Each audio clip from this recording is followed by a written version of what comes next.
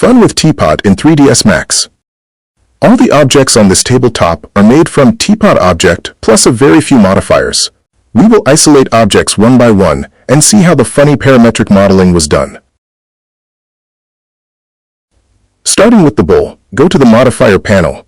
Although the name is bowl, its base object was actually a teapot. Same for other objects also. Turn off the modifiers. Go back to the base object level to see what was the starting point. See what were the default parameters of a teapot object. Now see how the changes have been made to the base object followed by adding modifiers with certain parameters changed. Not a big deal. Just watch till the end as the video is self-explanatory.